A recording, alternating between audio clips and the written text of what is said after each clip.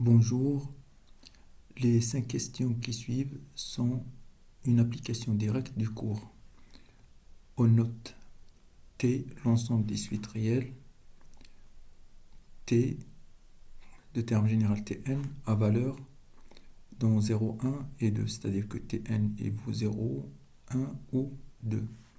Et on désigne par L infini l'ensemble des suites réelles U bornées et on pose double barre U, c'est le sub des valeurs absolues de Un, n appartenant à n étoile. Dans la première question, on demande de montrer que L infini est un espace vectoriel sur R et que l'application qui a U associée le sub des valeurs absolues de n est une norme sur L infini. Deuxièmement, pour une suite U de L infini, démontrer que la série du terme général Un sur 3 à la puissance n est convergente et on note alors sigma de U est égal somme de n allant de 1 jusqu'à l'infini de Un sur 3 à la puissance n. La question 3, on demande de montrer que l'application sigma est une forme linéaire continue sur L infini. Quatrième question, on demande de montrer que si T est un élément de grand T, c'est-à-dire une suite à valeur dans 0, 1, 2, alors le réel sigma de T est dans l'intervalle fermé 0, 1.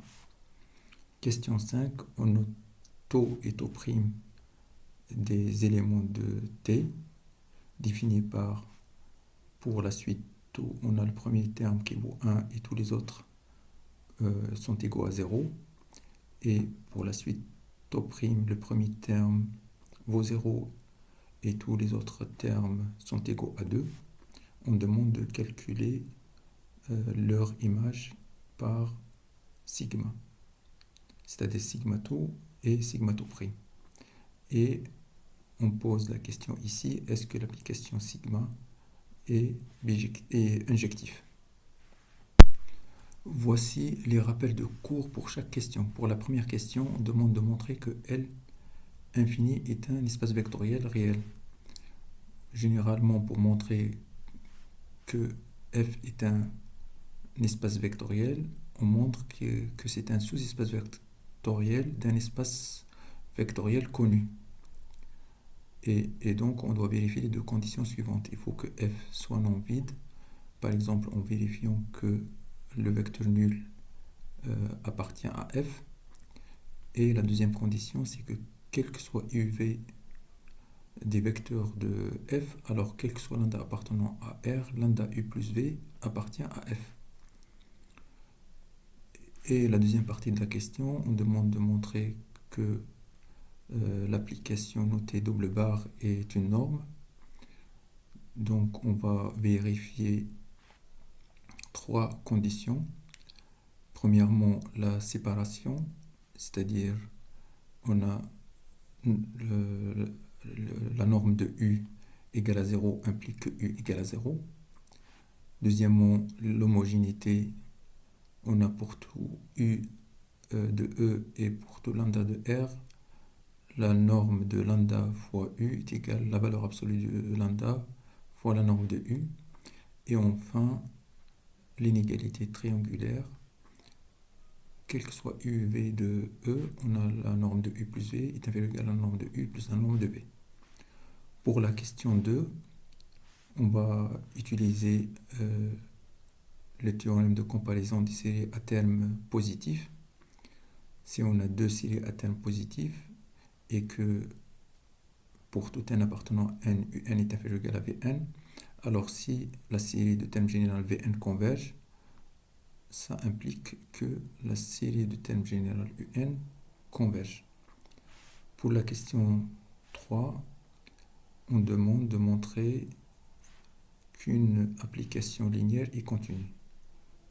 Donc on va utiliser la caractérisation de la continuité des applications linéaires.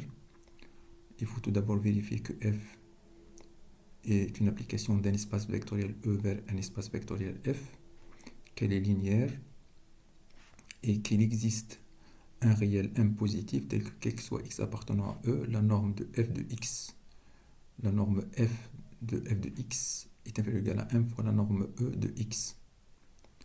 Ici, la norme f, c'est la norme dans l'ensemble d'arrivée ici, et la norme E ici, c'est la norme dans l'ensemble de départ. Dans la question 5, on demande de vérifier l'injectivité de cette application. Généralement, f est non injectif si on peut trouver deux éléments distincts qui ont la même image. Premièrement, on a L infini, l'ensemble des suites bornées, est inclus dans l'ensemble des suites réelles qu'on note R à la puissance n. R à la puissance n est un espace vectoriel connu. Donc pour montrer que L infini est un espace vectoriel, il suffit de montrer que c'est un sous-espace vectoriel de R à la puissance n. On va vérifier les deux conditions qui sont là. Premièrement, on a L infini contient la suite nulle, car la suite nulle est bornée. On a donc L infini qui est différent de l'ensemble vide. Pour la deuxième condition, on a quel que soit U et V des suites bornées, et quel que soit lambda appartenant à R, on a quel que soit n appartenant à n, on a un plus lambda vn qui est inférieur ou égal à valeur absolue de un plus la valeur absolue de lambda fois la valeur absolue de vn. Ici, on a appliqué l'inégalité triangulaire pour la valeur absolue. Et comme valeur absolue de un est inférieure ou égale à sub de un, donc qu'on a noté comme ça, on a aussi valeur absolue de Vn, on peut le majorer par sub de Vn qu'on note comme ça. Et donc là, on obtient un nombre réel fini. Et cette inégalité traduit le fait que la suite U plus lambda V est bornée.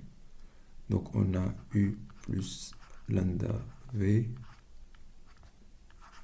est bornée. Les deux conditions sont vérifiées, donc L infini est un sous-espace vectoriel de l'espace vectoriel des suites réelles, donc c'est un espace vectoriel.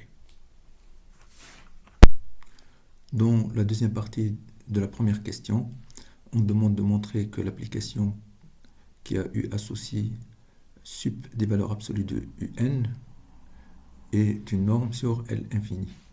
Pour cela, on doit vérifier les conditions qui sont là, c'est-à-dire la séparation, l'homogénéité et l'inégalité triangulaire.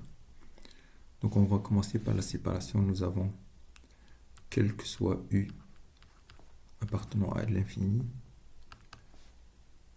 Et donc on va poser U égale la suite UN avec n appartenant à n étoile. Et donc si on a le sub des UN qui est égal à 0, donc ça veut dire que le max des UN qui est égal à de valeur absolue du UN égale à 0, parce que ici le sub c'est le max, parce que la suite elle est bornée.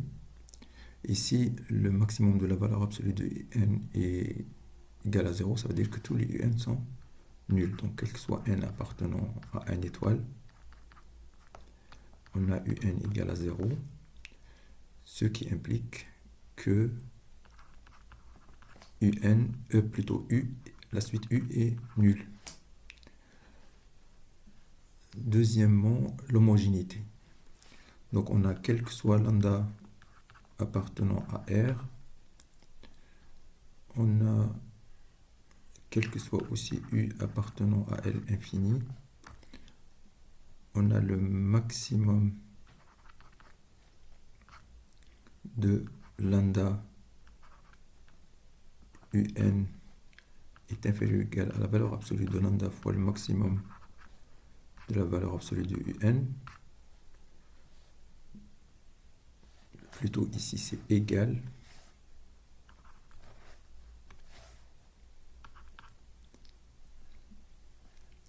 Et donc ça c'est norme de lambda u est égal valeur absolue de lambda norme de u.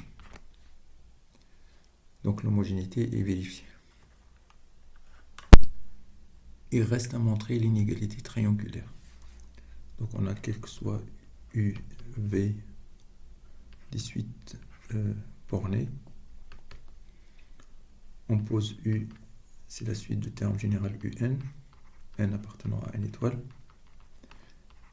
V, c'est la suite du terme général Vn, n appartenant à n étoile. Donc on a quel que soit n appartenant à n étoile, valeur absolue de un plus Vn est inférieur ou égal à la valeur absolue de un plus la valeur absolue de Vn. On a appliqué l'inégalité triangulaire sur la valeur absolue. Et comme valeur absolue de un est inférieure ou égale au sup des un, donc on a cette inégalité ici, inférieure ou égale au sup des un plus sup des Vn, qu'on a noté comme ça.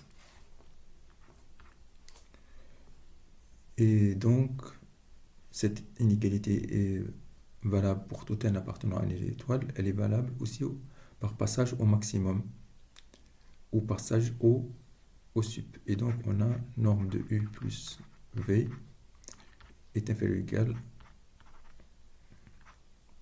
voilà, norme de u plus norme de v.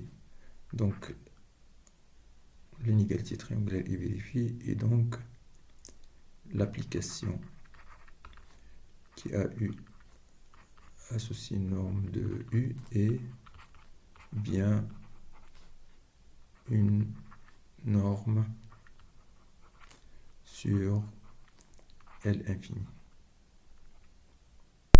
Question 3.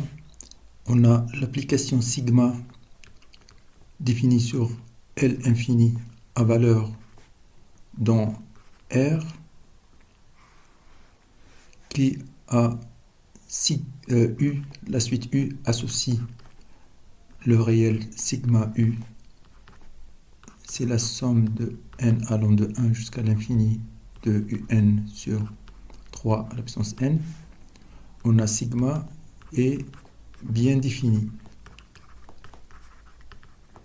C'est d'après la question 2. Car cette série est convergente. On a bien sigma qui va de l'espace vectoriel E à l'espace vectoriel F. L infini, elles sont des espaces vectoriels. On va vérifier la linéarité et après la continuité en utilisant la caractérisation de la continuité des applications linéaires où la norme F ici c'est la norme dans R, donc c'est la valeur absolue, et la norme E ici c'est dans L infini, donc c'est la norme sup qu'on a définie ici.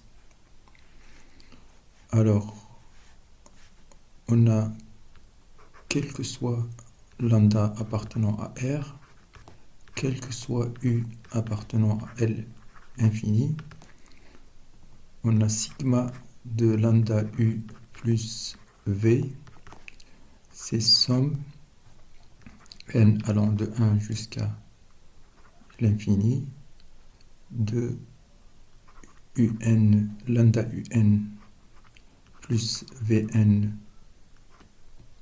sur 3 à la puissance n. Comme cette série est convergente, puisque lambda un plus Vn est borné, donc on a on va utiliser la linéarité de la somme. Donc c'est égal à lambda somme de n égale à 1 jusqu'à l'infini de un sur 3 à la puissance n plus somme de n égale à 1 jusqu'à l'infini de Vn sur 3 à la puissance n. C'est égal à lambda fois sigma u plus sigma de V. Donc, sigma est une forme linéaire sur L infini. Reste à montrer la continuité. On va utiliser l'inégalité triangulaire qui s'applique dans le cas des sommes partielles. Donc nous avons somme de n égale à 1 jusqu'à grand N de valeur absolue de un sur 3 à la puissance n est inférieur ou égal à la norme de u fois somme de n allant de 1 jusqu'à grand N de 1 sur 3 à la puissance n, car valeur absolue de un est inférieure ou égale à la norme de u qu'on fait sortir du signe sigma. Et donc les séries ici sont convergentes, on peut passer à la limite. On va commencer par la série géométrique ici. Donc somme de n égale à 1 jusqu'à n de 1 sur 3 à la puissance n. C'est égal à 1 tiers, c'est le premier terme de la suite de la série géométrique de raison 1 tiers, donc 1 moins 1 tiers à la puissance n sur 1 moins 1 tiers qui tend quand 1 tend vers l'infini. Quand 1 tend vers l'infini, ça donne 0 ici. 1 moins 1 tiers, ça fait 2 tiers. On simplifie 1 tiers avec 1 tiers, ça donne 1 demi.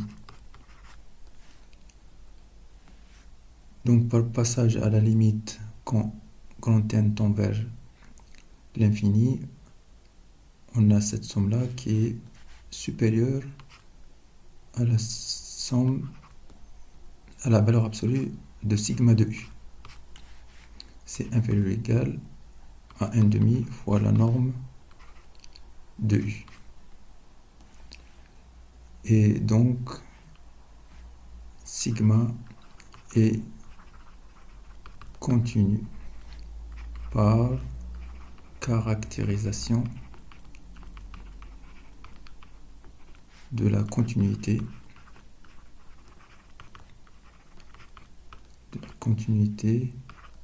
des applications linéaires. Voilà, avec ici le m qui vaut 1 demi. Question numéro 4. On donne une suite t de termes généraux Tn appartenant à t, la suite t appartenant à grand T, ça veut dire que Tn vaut 0, 1 ou 2. On demande de montrer que sigma de t est dans l'intervalle 0, 1. Donc on pose t, c'est la suite du terme général Tn, n appartenant à une étoile. C'est une suite de l'ensemble t.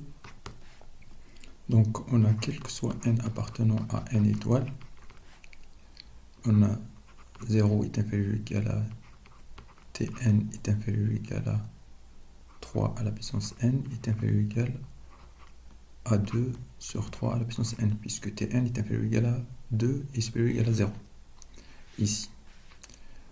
Et donc, on a 0 est inférieur ou égal à somme de n allant de 1 jusqu'à l'infini de Tn sur 3 à la puissance n est inférieur ou égal à somme sur 2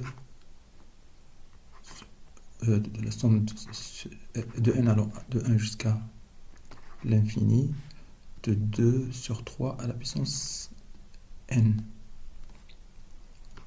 Et donc, comme tout à l'heure ici, on calcule la somme de cette série géométrique qui vaut 1. Donc, on trouve que 0 est inférieur ou égal à, ça c'est sigma t, est inférieur ou égal à 1. car cette limite-là, c'est 1. Donc on a bien sigma de t qui appartient à l'intervalle 0, 0, 1. Dans la question 5, on donne de suite taux et taux prime des éléments de grand T et on demande de calculer leur image par l'application sigma. La suite taux, son premier terme, taux 1 vaut 1 et tous les autres termes sont nuls. Donc sigma de la suite taux, c'est juste 1/3.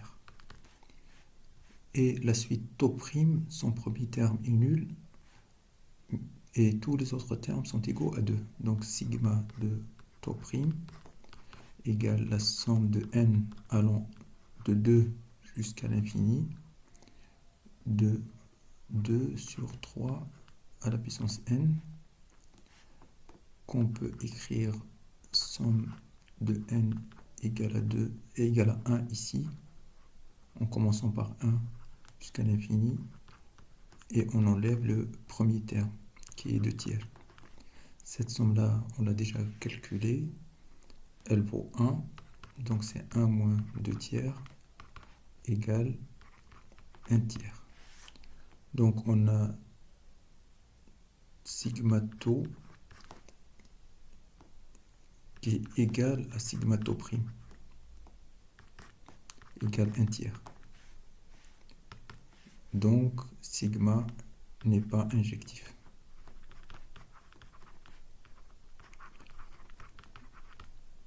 Car on a taux différent de taux prime et sigma taux égale sigma taux prime. Donc f n'est pas injectif. On a bien trouvé x1 différent de x2 et f de x1 égale f de x2.